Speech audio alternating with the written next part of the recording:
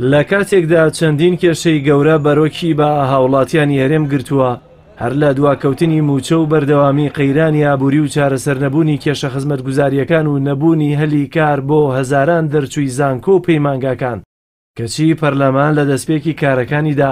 خۆی بە بابەتی وەکو یاسای سەرۆکایەتی هەرێمەوە سەرقاڵ کردووە. ئەگەر پێداچوونەوەیەک بە قۆناغەکانی سەرۆکایەتی هەرێمدا بکەین، ئەم پۆستە زیاتر دامەزراوەیەک بووە بۆ پارتی و یەکێتی، نەبووە بەشێک لە مۆرکی دامەزراوەکانی هەرێم. چونکە لە دوای ساڵی 2023ەوە لە چوارچەوەی دابەشکردنی پۆستەکانی هەولێر و بەغدا لەدایک بوو کە سەرۆکۆماری عێراق بۆ یەکێتی و سەرۆکی هەرێمیش بۆ پارتی بووە. بەپێی یاسای نوێی دامەزراوەی سەرۆکایەتی هەرێم، سەرۆکی هەرێم سەرجەم دەسەڵاتەکانی پێشووی ماوە لە کاتێکدا هەڵبژاردننی سەرۆک لە پەرلەماندایە و بەپێی ستانداردە نێودەوڵەتیەکان سەرۆک ڕەمزیە و سیستەم پەرلەمانیە و دەبێ پەرلەمان بتوانێت لێپرسینەوە لە گەڵیدا بکات.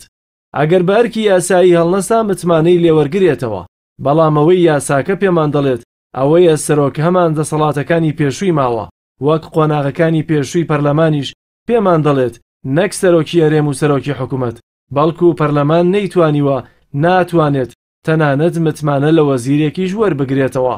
لەو کاتەوە کە دەسەڵاتەکانی سەرۆکی هەرێم بەسەر حکوومەت و دەستگا دادوەریدا دابەشکراون، هەرێمی کوردستان لە ڕووی یاسایی و پێداویستی جێبەجێکردنەوە هیچ کێشەیەکی یاسایی و کارگەڕی بۆ دروست نەبووە. بەڵام ڕەنگە خواستێکی حزبی لەوەدا هەبێت کە بەو پۆستە کێشەیەکی ناوخۆیی چارەسەر بکرێت، نەک کێشەی گشتی خەڵکی کوردستان.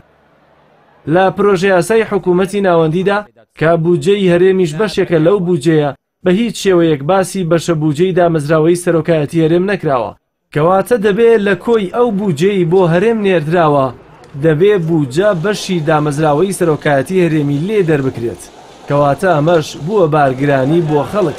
نەک کاراسانی. دەبوو لەم قۆناغەدا پەرلەمان لەو پرسە گرنگە بکۆڵێتەوە کە بۆچی عێراق بەو هەموو قەیرانەوە ساڵانە پرۆژە یاسای بودجەی لە کاتی خۆیدا دەنێرێتە ئەنجومەنی نوێنەران، بەڵام حکوومەتی هەرێم دوا بودجەی لە ساڵی 2013 ناردووە پەرلەمان و لەو کاتەوە هەرێم نە بودجەی دیار و شەفافی هەیە و ناخیتامی حیسابی دیارە، کەواتە پێویستە داهات و خەرجیەکانی بۆ پەرلەمان ڕوون بکرێتەوە. لە ئێستادا گەورەترین کێشەی هەرێم ناشەفافی دارایی و ونبوونی سامانی گشتیە، هەرچی دامەزراوەی سەرۆکایەتی هەرێمیشە لە چەند مانگی ڕابردوودا نەبوونی ئەو دامەزراوەیە هیچ کێشەیەکی دروست نەکردووە، هەر بۆیە کێشەی هەنووکەی خەڵک نییە کە پەرلەمان و ڕای گشتی پێوە سەرقاڵ بکرێت.